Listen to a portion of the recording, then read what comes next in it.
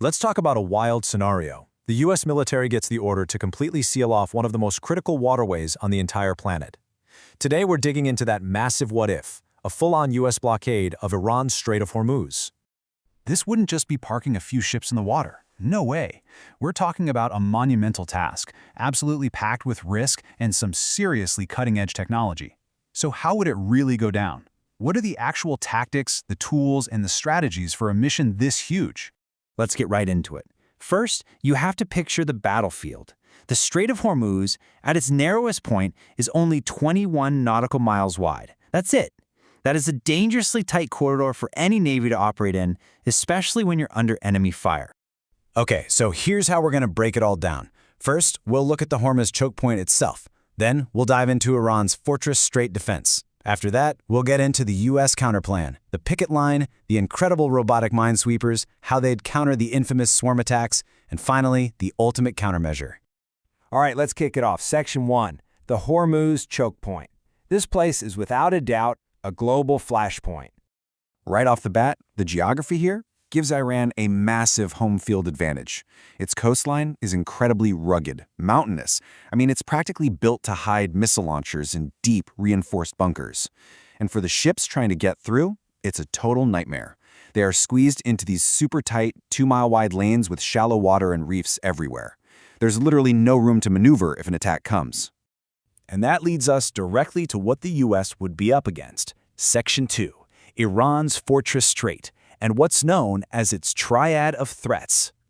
You see, Iran isn't just defending a coastline. It's using its islands as basically unsinkable aircraft carriers.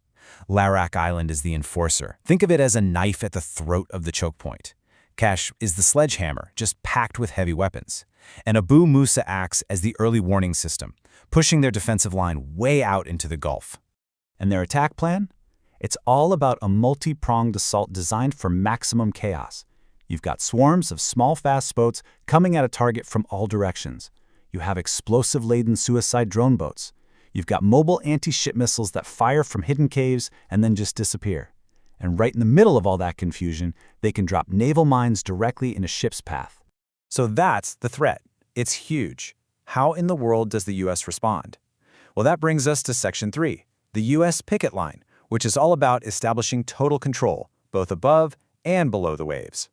Now, to set up this front line, the US would not risk a giant, vulnerable aircraft carrier. It's just too big and too valuable for a tiny 21-mile-wide strait. No, instead, the tip of the spear would be a wolf pack of 4 to 6 of these super-agile Arleigh Burke-class guided missile destroyers.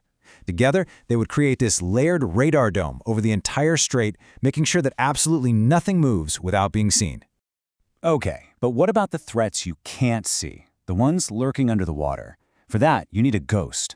And that ghost is the Virginia-class submarine, the Silent Hunter.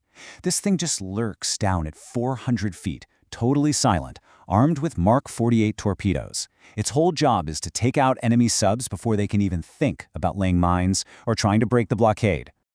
All right, with the surface and subsurface handled, it's time to tackle one of the most dangerous jobs of all. Section 4, the robotic minesweepers. Clearing a path through a deadly hidden threat. And this is where the strategy goes seriously high-tech. Instead of risking sailors' lives on an old-school minesweeper, the U.S. uses the Littoral Combat Ship, or LCS. You should think of it as a robot mothership. It stays safely out of the minefield and just lets its fleet of drones do all the dangerous and dirty work. And that work isn't just random searching. It's a very calculated, very methodical 5-step process. First, you detect any potential threats. Then you localize their exact position. You classify what kind of object it might be. Then you identify it to be 100% sure it's a mine. And only then do you neutralize it. So, first up in the toolkit is the CUSV, or Common Unmanned Surface Vehicle. It's basically a 39-foot drone boat. It cruises along, towing sonar equipment to map the seafloor and spot anything that looks suspicious. It's the eyes of the whole operation. But what if a mine is buried in the mud or cleverly hidden? Well, for that, you send in the knife fish.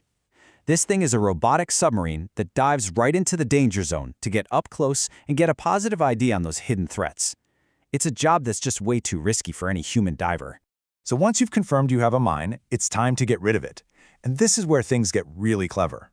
The unmanned influence sweep system gets towed by a drone, and what it does is it fakes the magnetic and acoustic signature of a huge warship. It basically tricks the mines into thinking a giant target is passing overhead, so they detonate harmlessly and at a safe distance. Okay, with the mine threat being handled by the robots, it's time to deal with those swarms we talked about. And that brings us to Section 5, countering the swarm, where the answer comes from the skies. So how do you possibly stop dozens of small, fast-moving mosquito boats all attacking at once? The answer is a 1-2 punch from the air. Flying a bit higher up, you've got the A-10 Thunderbolt II. It's famous as a tank killer, but its devastating GAU Avenger cannon works just as well on boats. Then, down at sea level, you have the AH-64E Apache Guardian helicopter, a specialized boat hunter using Hellfire missiles to take out targets with incredible precision. And all of this brings us to the final and most decisive phase of the plan. Section 6, the ultimate countermeasure. Because you know what they say? Sometimes the best defense is a really powerful offense. Look, the real game changer here isn't just about reacting to attacks as they happen.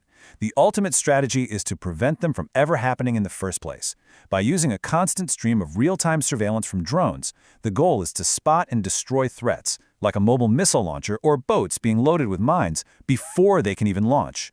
But how do you take out a target that's buried deep inside a mountain bunker? Well, for that, you need the GBU-72 Deep Penetrator Bomb. And let me tell you, this thing is an absolute monster. It's a 5,000-pound precision bomb that can smash through 20 feet of solid, reinforced concrete before it explodes, taking out the entire target from the inside. So when you put all of these pieces together, the submarine hunters, the robotic minesweepers, the air-powered, the bunker busters, you realize this is no simple operation.